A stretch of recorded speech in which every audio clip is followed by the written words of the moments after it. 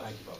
Okay, thanks Janine and Terry and fellow workers from the RMT for allowing me to speak tonight. I promise not to take up too much of your time. I know that you've all had a busy day at work, and it's not up to me to try to delay that. It's just that I think that it's important that workers always look upon things as in an international way, not just in a narrow focus. Because sometimes we all get tied up in our general lives and we think that our own problems are specific to ourselves, whereas really the problems that you good trade unionists here today have been speaking about are general problems that affect workers everywhere, and the general problems that affect workers in Australia. They're going through the same problems in state-owned rail, in all industries. I'd like to concentrate tonight just on mainly two things. One is that I'm a member of the Maritime Union of Australia, and we work closely with the RMT in the International Transport Workers Federation. And in fact, in the RMT's office, there's a ship's clock from that was given to the RMT from the MUA. So there is a deal of closeness there. I'd just like to make one point about something that's mentioned at the meeting, and that was about mental health awareness and about training towards it. It's a really important issue that affects a lot of workers, particularly in blue-collar areas, and any training should really be picked up and run with by the workers, by union members, because we have to look after our mates and be on the lookout and always have a shoulder ready for any of our fellow workers who are suffering from mental illness or depression or whatever, so that we can be hopefully see some of the warning signs and be there for them through their difficulties. But Australia at the present time has a conservative government, not dissimilar to the one that's been in power in Great Britain over the last 5 years, and now another Tory government's been elected in Great Britain, and the horrors that it is going to try to impose upon the working class of Great Britain are similar to the horrors that the Conservative government in Australia have been trying to impose upon the Australian working class. Trade unionism in Australia has been in a state of decline for a period of probably the greater part of the last 30 years, a little bit more. 30 years ago, well, in 1992, 42% of the workforce were in trade unions. In 2012, 20 years later, 17% were in unions. The decline has been astronomical in Australia, and it has been somewhere around the worst in the developed Western world. In some respects, it's been worse than the United States model. In our trade union council, called the Australian Council of Trade Unions, did a study recently, and only 6 out of every 100 jobs in the new economy is being unionised. So it's a real problem about whether we're going to really be what's happening to the trade union movement in Britain, what's happening to it in Australia, and what's happening to it generally in the developed Western world, is that whether we're going to be the force of a social motive, the social locomotion for social progress, or are we simply going to become just a lobbying group or a social interest group that has almost become the case in the United States, where the trade union movement, the AFL-CIO, has become just really another lobbying group within the Democratic Party, and we don't want to see that happen. In just one of the repressive angles that's been used to attack workers in Australia, which probably you good people in Britain haven't heard much about, is in the construction industry. My history is one where I've been a merchant seafarer and I've been a construction worker. When I was a young man, I was the branch president of the old Seamen's Union of Australia in Queensland. Then I was an elected official of the Maritime Union, and then I resigned after a big strike, after a lot of differences with the leadership. And then I went and worked in the construction industry, and eventually I was elected as an official in the Builders Labourers Federation, which look after the labourers on construction sites in Queensland. But in the construction industry in Australia, it's somewhat different than Britain. It's in the capital cities. It is a very highly unionised industry. The industry, the union uses its industrial power to, at times, quite ruthlessly in imposing world's best safety conditions for construction workers, and some of the best wages and conditions in the developed Western world for construction workers, and we're proud of that. But of course, there's always a backlash for every time that you go out and you seek better conditions, just as you good trade unionists here know. And what's happened in Australia is that our federal Conservative government established what was called an Australian Building Construction Commission. And effectively what it is a police force. It has the same powers of a police force, except one outstanding issue, which is even greater than what most police forces have, is that you can be forced to either, you have no right of silence, which is a fundamental law that's gone back from hundreds and hundreds of years. You can't incriminate yourself.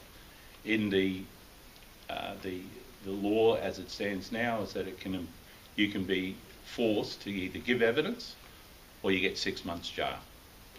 Now, we've had several campaigns where they've tried to enforce these attacks upon some of our membership in the CFMEU, and we've been able to repel it. There was a big case of a worker by the name of Ark Tribe, but that's the sort of attacks that Conservative governments place upon workers in other countries, in Australia, and they're the sort of things that no doubt that lovely David Cameron and his cronies would have installed for the militant trade unions in Britain. Other things that are happening in Australia that have happened over the last few years. I was involved in a very long and drawn out and difficult industrial dispute as a community activist in 2012, 2013 and 2014. The strike, it was a strike at a children's hospital that was being built in Brisbane. We wanted Lend-Lease, which is a large transnational construction company, to have a union contract. It was vitally important. It was when all the union contracts were expiring. Lend-Lease refused. Their subsidiary was called Abbey Group, but it's a subsidiary of Lend-Lease. They refused to come to the party, and so the workers decided to take a strike action, and so 650 workers went on strike for the first part of 18 days, and then the union and its delegates and its officials were all injuncted off the site by the federal courts in Australia. I was approached to play a role as a community activist in the dispute, which I was proud to do, and we had a meeting, and I was elected by all the workers present to play a leading role as their spokesperson. And for the next 45 days, we were able to, for the next 63 days, we were able to keep the dispute alive and keep the struggle going. We had a picket line every day. Not one person out of the 650 workers scabbed, which we're very proud of. We were able to set up a system of relief, which was so effective that on the 63rd day the dispute was stronger than what it was on the first. however, we were faced with a lot of attacks, and the biggest ones were from private security companies, where we found where our meetings were being spied upon. We found microphones in walls, in bushes, in the grass. So there was all these attempts to spy on us. We were under constant video surveillance. I'm a member of Workers' Liberty. I'm an avowed socialist, which I'm proud of. Is that Workers' Liberty in Britain, a great comrade called Martin Thomas was writing our propaganda for the dispute. I'm flat out writing 3 words together, and Martin's an old mate of mine, and I was in contact with him, and he was in London, and he was writing a lot of our stuff to help our strike committee keep going. And our emails all got hacked, and I found that out because the subcontractor came to me after a meeting. Lend-Lease used to get them all up there and say, get your men back to work. And they used to say, well, they won't come back to work because they won't cross a picket line. And so one of the subcontractors came to me and said, Bob, have a look at this. He called me on the side. It was my entire email history to Martin. So, you know, it wasn't exactly a good look to realise that the surveillance was so heavy.